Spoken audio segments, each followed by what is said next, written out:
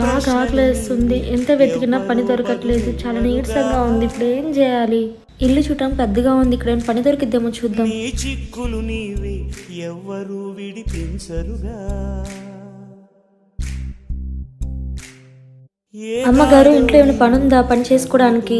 పనేం లేదమ్మా, ఇంట్లో పని మనిషి ఉంది. అమ్మా నాన్న ఇద్దరు విడాకులు తీసుకుని ఎవరి దారి వాళ్ళు వెళ్ళిపోయారమ్మా. నేను నా తమ్ముడే ఉంటున్నాము. ఏదో ఒకటి సహాయం మాకు చేయండి అమ్మా. సరేనమ్మా, నువ్వు బాధపడబాకు.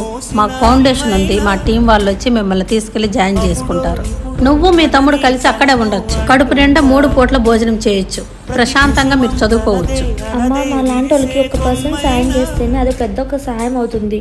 అలాంటిది నీ మంచి మనసుతో మాకు ఎంతో సాయం చేసావమ్మా. నీ జీవితాంతా రుణపడి ఉంటానమ్మా. అయ్యో పర్వాలేదమ్మా, నీ అడ్రస్ ఇచ్చేళ్ళమ్మా.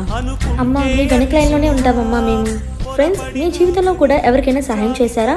సహాయం చేసినట్లయితే కామెంట్ బాక్స్లో X అని